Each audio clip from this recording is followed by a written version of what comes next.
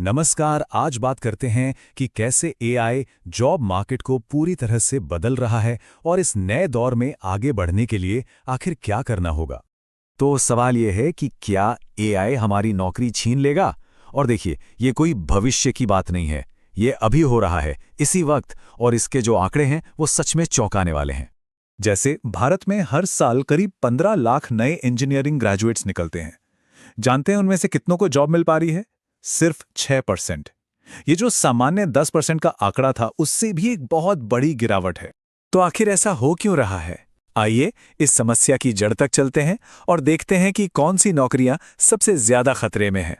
देखिए, software development में जो बदलाव आया है वो कमाल का है। पहले क्या होता था? दुनिया को सस्ते में बहुत सारे कोडर्स चाहिए थे और इसी वजह से आईटी आउटसोर्सिंग का बूम आया।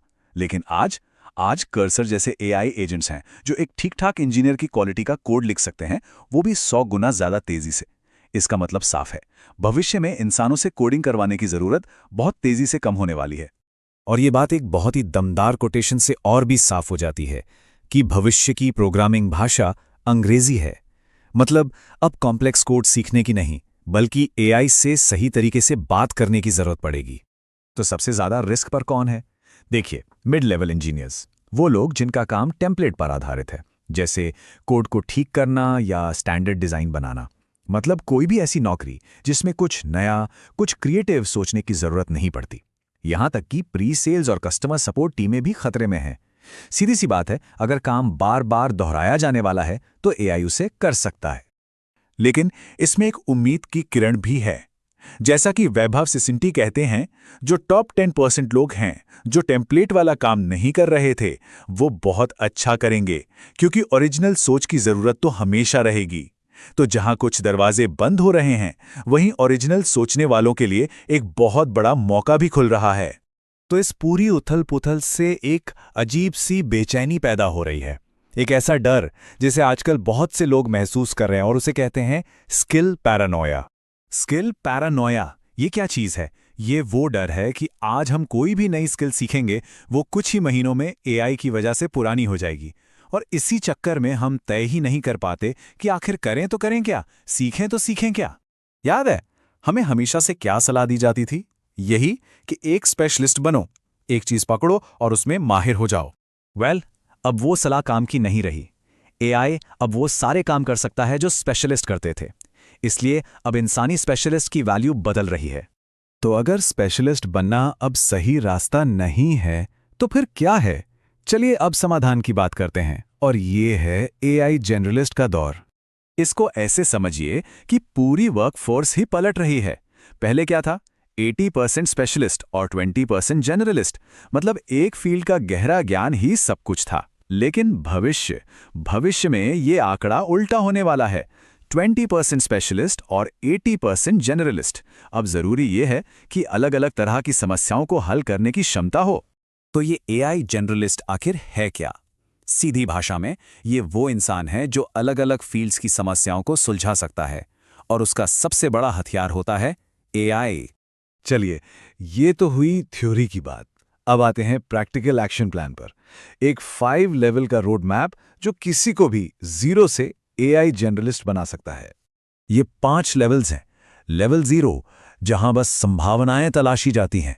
लेवल 1, जहां यह समझा जाता है कि एआई काम कैसे करता है। फिर लेवल 3, जहां सिर्फ टेक्स्ट नहीं बल्कि इमेज, वीडियो, ऑडियो के साथ भी काम किया जाता है। लेवल 4 में एआई से प्रोडक्ट्स बनाए जाते हैं। और आखिर में लेवल 5, जहां एआई एजेंट से काम को ऑटोमेट किया जाता है। तो शुरुआत कैसे करें? लेवल 0 और 1 में नींव रखी जाती है। चैट जीपीटी, जेमिनाई, क्लॉड जैसे टूल्स के साथ बस खेलिए, देखिए कि इनसे क्या क्या हो सकता है। There is an AI tool for दैट.com जैसी वेबसाइट्स पर जाकर अपनी किसी खास प्रॉब्लम का AI टूल ढूंढिए। इसके बाद लेवल 1 पर आइए, समझिए कि ये LLMs काम कैसे करते हैं।